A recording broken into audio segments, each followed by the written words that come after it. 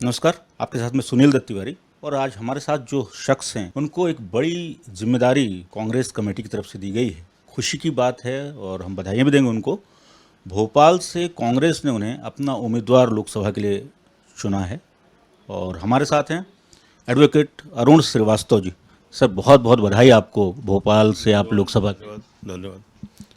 Sir, एक आप ग्रामीण अध्यक्ष है, लगभग अभी भी ग्रामीण अध्यक्ष हैं भोपाल कांग्रेस कमेटी के। विरासत, त्याग, समर्पण का एक लंबा आपका पारिवारिक पृष्ठभूमि रही है। उसका कितना योगदान है जब आपको टिकट मिला तो? देखिए, ऐसा है, एक पारिवारिक पृष्ठभूमि मेरी रही है। आज नहीं, हमारे दादा के समय से, उसके पहले से कांग्रेस की नीतियों को पूरी तरह मान्य किया गया है। और इस देश का जो आज देश का जो ढांचा खड़ा किया और देश का जो विकास हुआ है वो कांग्रेस की नीतियों से हुआ है। अब कुछ बातें और सुनने में आती, जब से मोदी जी प्रधानमंत्री बने हैं बात बड़े मुद्दे की है। वर्ष 2014 के पहले के हिंदुस्तान को देखा जाए और वर्ष 2014 के बाद के हिंदुस्तान को देखा जाए। क्या वर्ष 2014 के पहले सड़कें नहीं थी, रेलवे नहीं था, जहाज़ नहीं था और नवरत्न कंपनी नहीं थी?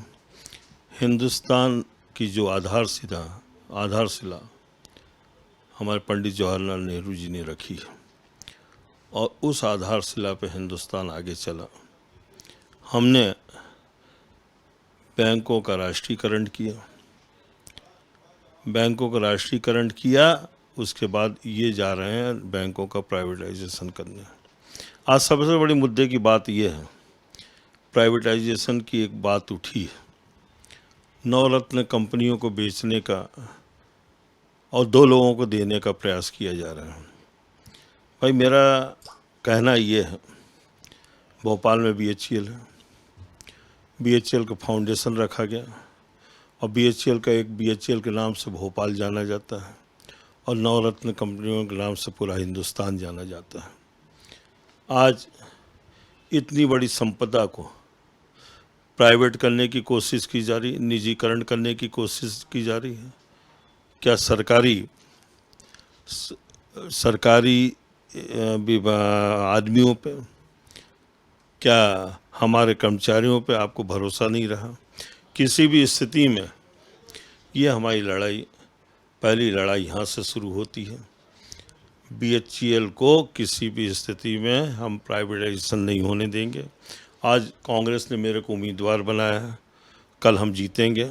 और मैं आपको विश्वास के साथ बोलना चाहता हूँ कि BHEL के प्राइवेटाइजेशन की, नवरत्न कंपनी की अगर आवाज़ उठेगी तो भोपाल से सबसे पहली आवाज़ भोपाल की हिंदुस्तान के संसद में उठेगी। हम दूसरा मुद्दा ये है कि अभी कलेक्टर बोल रहे हैं, भोपाल कलेक्टर, 7.5 लाख मकान अवैध हैं। भाई, जब अवैध क्या है, प्रॉपर्टी टैक्स दे रहे हैं, आपके सामने सब बने हैं, रोड आपने बनाया, सरकारी रोडें बनी हैं, सब कुछ बनी हैं। आज एक मध्यम वर्ग के नीचे के लोगों को किसी चीज़ को अवैध बना के क्या डराना चाहते हो? अगर ये मकान अवैध हैं तो ये चीज़ मैं साफ बोलता हूँ कि मुख्यमंत्री जो हाउस है वो भी अवैध है। भाई, किसी को कैसे डराओ कि तुम्हारे मकान अवैध हैं, किसी को संगीनों से डराओ। और दूसरी बात, ED, CBI, ये इनकी प्राइवेट कंपनियां बन चुकी हैं। आज दिल्ली में क्या हो रहा है, हिंदुस्तान में क्या हो रहा है? भाई, इनका विरोध करने वाले सबसे पहले जेल का दरवाज़ा दिखाया जाता है। इस बात की लड़ाई है, ये इशू हमारा ये है। 5 साल पिछले देख लो और उसके पहले के साल देख लो, भोपाल में सांसद कहीं दिखा? 5 साल में जनता ने भोपाल में सांसद नहीं देखा। और सांसद अगर हुआ है तो सांसद का सिर्फ एक ही बात निकली है कि उनकी निधि से जरूर जुड़ी बातें आई, एक भ्रष्टाचार की बात भी आई है। और सबको मालूम है, गांव-गांव मालूम है। मैं ग्रामीण कांग्रेस का अध्यक्ष हूँ, मेरे पे सब खबरें आती रहती हैं। तो भोपाल को सांसद चाहिए, भोपाल की आवाज़ उठाने वाला चाहिए। और हाँ, मेरे सर के छोटे से कार्यकर्ता को कांग्रेस ने मेरे ऊपर भरोसा किया है, और मैं भोपाल की जनता को ये भरोसा दिलाता हूँ कि बीएचईएल के प्राइवेटाइजेशन की सबसे पहली आवाज़ अगर हिंदुस्तान के सब सर्वोच्च उसमें वो संसद में उठेगी, वो भोपाल से उठेगी। प्राइवेट जो कॉलोनियाँ जितनी बनी हैं, इनको यदि ये वेद अवैध बोलते हैं, वेद और अवैध में उलझाते हैं, तो इसकी आवाज़ हम यहाँ भोपाल में उठाएंगे। ये सब चीज़ें सब सामने हैं। हमारे बेरोजगार, आज मैं आपको एक उदाहरण देता हूँ। एजुकेशन लोन दे दिया, बच्चा ने बीई कर लिया और भी पढ़ाई कर ली, और उसके बाद रोजगार क्या है? जोमेटो, स्विगी कंपनी, इनके सब सामान पहुंचाने का ये काम कर रहे हैं बेचारे। उनके ऊपर जो कर्जा चढ़ा हुआ है बैंकों का, वो कर्जा तो बढ़ गया है, सब डिफाल्टर हो गए हैं, अदालतों में खड़े हैं। भाई, ये सबसे पहला मुद्दा है कि जिनको अगर नहीं मिला, रोजगार नहीं मिला है, उनका कर्जा तो ख़त्म करो, और नहीं तो रोजगार दे दो तो आधा आधा पैसा काट लो, ले जेल दिखाओगे क्या? ये सब मुद्दे हैं। भोपाल में आईटी हब की बात की गई थी, आईटी हब भोपाल में नहीं है। और लोकसभा के अंतर्गत भोपाल में सीहोर भी आता है। सीहोर एक पूरे देश में जाना जाता है। सीहोर का गेहूं, आप बॉम्बे चले जाओ, दिल्ली चले जाओ, तो सीहोर के गेहूं के नाम से जाना जाता है। लेकिन सीहोर में कौन सा विकास हुआ है? विकास नाम की चीज़ नहीं, सिंचाई नहीं सीहोर में इंडस्ट्री नहीं। और इसके बाद मैं आपको बता दूं, सीहोर शुगर मिल थी, उसकी 4000 एकड़ ज़मीन पर बड़े लोगों ने अतिक्रमण कर लिया है। उसके खिलाफ आवाज़ उठाई नहीं जा सकती, उसके खिलाफ आवाज़ उठेगी। और सीहोर के अतिरिक्त एक हमारा बैरसिया का इलाका है। बैरसिया जब यहाँ से राजगढ़, राधोगढ़ ट्रेन जा ब्यावरा तक ट्रेन लाइन बन सकती है, तो बैरसिया को क्यों नहीं जोड़ा जा सकता? बैरसिया में हिंदुस्तान की आज़ादी के बाद बैरसिया में कोई इंडस्ट्री वगैरह नहीं आई। बेरोज़गारी का मुद्दा है, सबसे बड़ा बेरोज़गारों की लड़ाई है। और ये जो भवनों को, लोगों के आशियानों को अवैध बताया जा रहा है, उसकी सबसे पहली लड़ाई है हमारी। और हमारा मुद्दा प्राइवेटाइजेशन का है। आप स्मार्ट सिटी के नाम पे हिंदुस्तान के 100 शहरों को, शहर के बीच में स्मार्ट सिटी का घोषणा की गई। आप भोपाल में आ जाओ, भोपाल में जो टीटी नगर का इलाका है, इसमें हमारे कर्मचारी रहते थे। लोगों ने 30-30 साल रहे, 1 मिनट में उनको सबको बाहर किया गया। और हर कि रिटायरमेंट के बाद कहीं भी जाते हैं, लेकिन आप यदि वहाँ का विकास कर रहे हो तो कम से कम कीमत में उनको भी मकान दे देते हैं। पूरा स्मार्ट सिटी आप जाके देखो, रोडे वोडे बना के सिर्फ बड़े लोगों के लिए रख दी गई है, और बड़े लोग आएंगे, और अभी भी 5 साल से उजड़ सरीखा पड़ा है। ये इस बात की सब ये मुद्दे हैं, और इस मुद्दे पे बीजेपी नहीं बोल सकती। स्मार्ट सिटी क्यों नहीं व्यवस्थित की जा रही है, भारतीय जनता पार्टी का आदमी नहीं बोल सकता है। प्राइवेटाइजेशन के खिलाफ वो नहीं बोल सकते। कलेक्टर से डर दिखाया जा रहा है कि मकान सब अवैध है, इसके खिलाफ कांग्रेस आवाज़ उठाएगी, और भोपाल से लेकर दिल्ली तक का हम आवाज़ उठाएंगे। सर, जैसा आपने बताया, बहुत बड़ा विज़न भी आपका, रोड मैप भी आप लेकर चल रहे हैं भोपाल के विकास को लेकर और सारी प्रकार की तैयारियों को लेकर। आपका जो पृष्ठभूमि रही, आपकी जो माता जी थीं, उन्होंने इस निर्विरोध जनपद में थी, फिर जिला पंचायत अध्यक्ष के तौर पे उन्होंने भोपाल को संवारा भी, विकसित भी किया, आगे बढ़ाया, और निर्विवाद रूप से नेता रही हैं। राजनीति में जब आप अपनी माता जी को देखते हैं, उनका नेतृत्व पाते हैं, तो कितना आसान होता है ये सब करने के लिए? भाई, माता जी की जो बातें हम सुनते थे, और उनके जाने के बाद लोग हमसे मिलते हैं। पूरा भोपाल उनको मम्मी जी के नाम से बोलता था। और आज भी अगर हम जहाँ जाते हैं हमें एक सम्मान मिलता है कि मम्मी जी के लड़के हैं, मम्मी जी के संतान हैं। उन्होंने जात और धर्म कभी नहीं समझा, जो आया उसका काम किया। और उनका एक बड़ा व्यवहार अलग था सामाजिक कार्यों के प्रति, उनका निष्ठा अलग थी। वो निष्ठा और उसका उनका व्यवहार और उन्होंने जो विकास के चीज़ें ली थी वो चीज़ें आगे बढ़ी हैं और हमें बड़ी खुशी होती। किसानों की आपने लंबी समय तक लड़ाई लड़ी, एक एडवोकेट होने के नाते भी और एक एक्टिविस्ट होने के नाते भी, कांग्रेस के एक सिपाही के नाते भी। आज एक बहुत बड़ी समस्या किसानों को लेकर है। फसल की आमदनी, किसानों की आमदनी दोगुनी करने की बात हो रही देश में, मगर चूंकि आपने सीहोर की बात की, भोपाल के आसपास भी बहुत सारी ऐसी जगहें हैं जहां से खेती बहुत व्यापक स्तर पे होती है। क्या विज़न है उनको लेकर किसानों को? 2014 में बीजेपी का मैनिफेस्टो देखा जाए, उसमें स्पष्ट था कि हम मूल्यांकन करेंगे और जो लागत का हम दुगना देंगे और वैसा हम एमएसपी निर्धारित करेंगे। यही किसानों की लड़ाई है। जो दिल्ली में पंजाब के किसान जा रहे हैं, मध्य प्रदेश के किसान जा रहे हैं, भाई एमएसपी एक आज तक उसका मूल्यांकन कि फसल का मूल्यांकन नहीं किया तो एमएसपी क्या होगा। अब पहले नवंबर के पहले एक मैनिफेस्टो निकला था, 2700 रुपये कुंटल गेहूँ का रेट हम खरीदेंगे। हमारी जो कम से कम मैनिफेस्टो को तो पूरा करो। 3000 रुपये महिलाओं को देंगे, वो भी पूरा नहीं है। राहुल जी ने अभी किया घोषणा, कांग्रेस ने किया है। सरकार यदि बनती है, हमारे सहयोगियों की मदद से बनती है, हम 1 लाख रुपए साल महिलाओं को देंगे और एजुकेशन हम फ्री करेंगे। ये सब बातें हैं। और बीजेपी ने जो भी भाई वोट ले लिए किसानों के, हमारा क्या कम से कम 2700 में तो गेहूँ तोलो, आज 2000 में 2200 में मंडियों में तुल रहा है और किसान परेशान है। किसानों का कोई सुनने वाला नहीं है। एक भाव निर्धारित हो जाता है, बाज़ार में जो सामान होता है उसका भाव मालूम रहता है और निर्धारित हो जाता है और उस पर जो भी लाभ लेना होता है ले लेते हैं। लेकिन किसानों का कोई निर्धारित भाव नहीं। मंडी में ट्राली पहुंची, 2000 रुपये ट्राली का किराया लगता है, तब वो बोलते हैं भाई 2000 में 2000 किराया दे रहे हैं, 2200-2100 रुपये कुंटल लेंगे। तो किसान कहता है लौट के जाएंगे तो किराया कहाँ से देंगे ट्राली वाले को।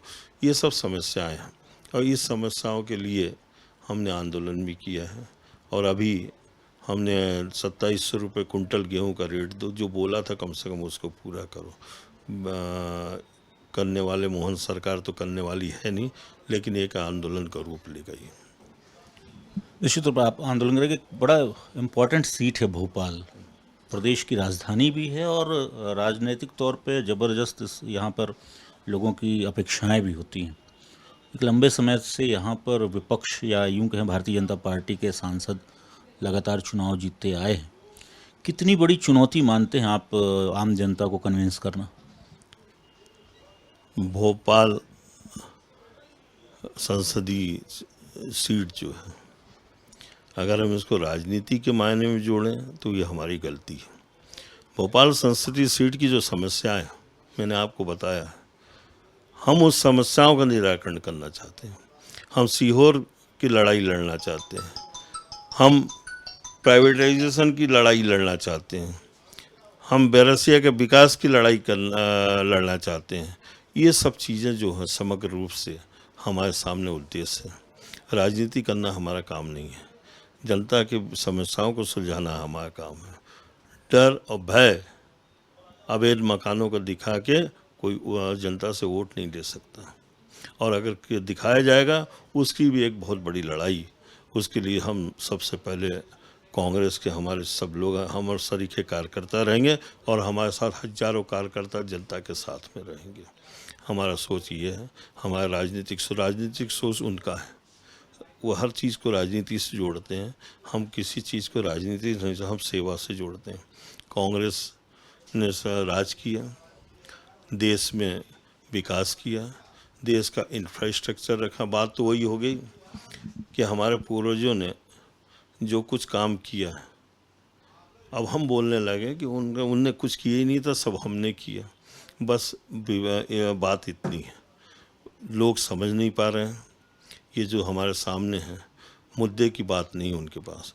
एंड कैंड प्रकरण सत्ता में रहना जरूरी है, और कांग्रेस ने कभी सत्ता की कोई परवाह नहीं की। कांग्रेस ने हमेशा सेवा की परवाह की, और कांग्रेस जिस स्थिति में रहेगी, जनता की आवाज़ हमेशा उठाती रहेगी।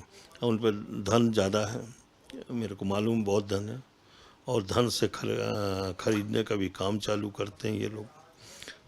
जनता के दिलों को धन से नहीं खरीदा जा सकता, और बंदूक के दम पे किसी को डराना सबसे बड़ा आपराधिक कृत्य में है। मेरे को अच्छी तरह याद है, दिल जोड़ने की बात करो, आदमी को हाथ से हाथ मिला के चलने की बात करो। इस चीज़ में जो विकास है, इसी चीज़ में सब चीज़ें छुपी हुई हैं। चलते चलते और अंतिम प्रश्न पूछूंगा आपसे। आपने बहुत सारी चुनौतियां अपने लिए बताई, बहुत सारी प्रायोरिटीज़ भी गिनाई, या आपका विज़न भी दिखाया आपने। यदि 5 प्रायोरिटीज़ हैं, टॉप प्रायोरिटीज़ में आपको भोपाल के संसदीय क्षेत्र की हों, तो वो कौन सी 5 प्रायोरिटीज़ होंगी? पहली तो हमारी प्रायोरिटी ये है कि जो BHEL भेल हमारी आन बान शान था, उसको हम निजीकरण नहीं होने देंगे। अगर निजीकरण करने की बात करते हैं तो हिंदुस्तान के सबसे सर्वोच्च संसद में, सबसे सर्वोच्च अदालत जो हम संसद को मानते हैं, पहली आवाज़ भोपाल से उठेगी, और ये आवाज़ पूरे हिंदुस्तान को लेके उठेगी, और हम नवरत्न कंपनियों को भी नहीं बिकने देंगे। एयर इंडिया बेच दिया, रेलवे स्टेशन बेच दिया। ये प्राइवेटाइजेशन का मतलब क्या है? मैं थोड़ा आगे बढ़ रहा हूँ। हिंदुस्तान के संविधान को ख़त्म करने की बात आ गई। हिंदुस्तान के संविधान में बड़ी साफ बात थी कि हम उन लोगों की व्यवस्था करेंगे जो सबसे पिछड़े वर्ग के हैं, नीचे के वर्ग के हैं। अगर प्राइवेट सब कुछ हो जाएगा तो जिन लोगों की तरफ जवाहरलाल नेहरू और बाबा साहब अम्बेडकर ने सोचा था, वो वर्ग पूरी तरह वंचित हो जाएगा। हमें उस वर्ग की भी हमारी चिंता है, हमारी पिछड़े वर्ग की भी चिंता है, और इस देश में सामाजिक सामंजस्य बना रहे, वो हमारी चिंता है। पहली ये है। दूसरे, हमारा विकास के नाम पे पूरे टीटी नगर को, स्मार्ट सिटी बनाने के नाम पे पूरे टीटी नगर को पूरी तरह के उजड़ा हुआ कर दिया। 5 साल हो गए देखते हुए। भाई, तुम बड़े बड़े प्लाट बना रहे हो, करोड़ों रुपए, कई करोड़ खर्च कर दिया, हुआ क्या? अगर आपको स्मार्ट सिटी बनाना था तो कहीं सुंदर से बाहर थोड़ा आगे जाके बन जाता। बसे हुए क्षेत्र को, पूरी सरकारी संपत्ति को, ये सरकारी संपत्ति बेचने की तैयारी। आज विधानसभा जो पुरानी थी, हमारे बहुत सी संपत्तियां बेच दी गई, प्राइवेट लोगों को बेच दिया गया। इसके अतिरिक्त ये जो शासन कर रही, इस पर रोक लगेगी। तीसरी हमारी बात है, जो 7.5 लाख मकान बने हैं, जिनके आप प्रॉपर्टी टैक्स लेते हो, नल का कनेक्शन है, सब कुछ है, और आपके सुपरविजन में बने हैं। सरकारी अमला आपका सब देखता रहा। आज उसको बोला जाएगा कि ये चीज़ें अवैध हैं। क्यों बोला जा रहा है? कारण है बस एक वोट दे दें और तो हम मान लें वैध हैं। भोपाल की जनता को इस तरीके से डराया नहीं जा सकता, और भोपाल की जनता बहुत सोच समझ वाली है, गंगा जमुनी तहजीब वाली है, और मैं इसके बाद जो हमारा कदम विकास की तरफ जाएगा। आईटी हब बनना, जो बेरोजगारों की बात मैंने अभी की है, सबसे बड़ी बेरोजगारी जो फैली हुई है, उनकी तरफ जाएगा। पढ़े लिखे बच्चों का क्या हो? मैं उनकी तरफ जब मैं देखता हूँ तो पढ़े लिखे बच्चे पढ़ रहे हैं, पटवारी, घपला, व्यापम व्यापम का घपला क्या नहीं करके उठे, और सब चीज़ों को, चाहे पटवारी नौकरियों में घपला हो, चाहे व्यापम का हो, ये लोग बार बार धर्म की तरफ ले जाके उसको ख़त्म करना चाहते हैं। भाई हमारा कहना है, आप खूब, हम भी धार्मिक हैं, हम भी सनातन हैं, और हमारे आराध्य देव राम हैं, लेकिन हम कभी भी, हम देवता की अपने पूजा करेंगे, लेकिन उस नाम पे हम वोट नहीं मांगेंगे। ये सबसे बड़ा अपराध है। पूजा करा जाए, अर्चना करा जाए, लेकिन वोट नहीं मांगेंगे हम। चाहे चुनाव का रिजल्ट कुछ भी हो, हमारे आराध्य देवताओं को हम राजनीति के बीच में नहीं लाएंगे। सीहोर में सिंचाई की व्यवस्था, सीहोर की हालत, सीहोर पूरे देश में जाना जाता है अच्छे गेहूं के नाम पे। अच्छा गेहूं धरती से पैदा होता है, इनका कोई योगदान नहीं है। सीहोर में सिंचाई, सीहोर में विकास, सीहोर में फैक्ट्रियों की हालत देखो आप। फैक्ट्री हमारी सब लघु उद्योग फैक्ट्रियाँ ख़त्म हो चुकी हैं। ये समग्र रूप से देखने का विषय है। और बैरसिया का विकास, बैरसिया को रेल लाइन से जोड़ने की बड़ी आवश्यकता। अगर विकास चाहते हो तो बैरसिया को रेल लाइन से जोड़ा जाए।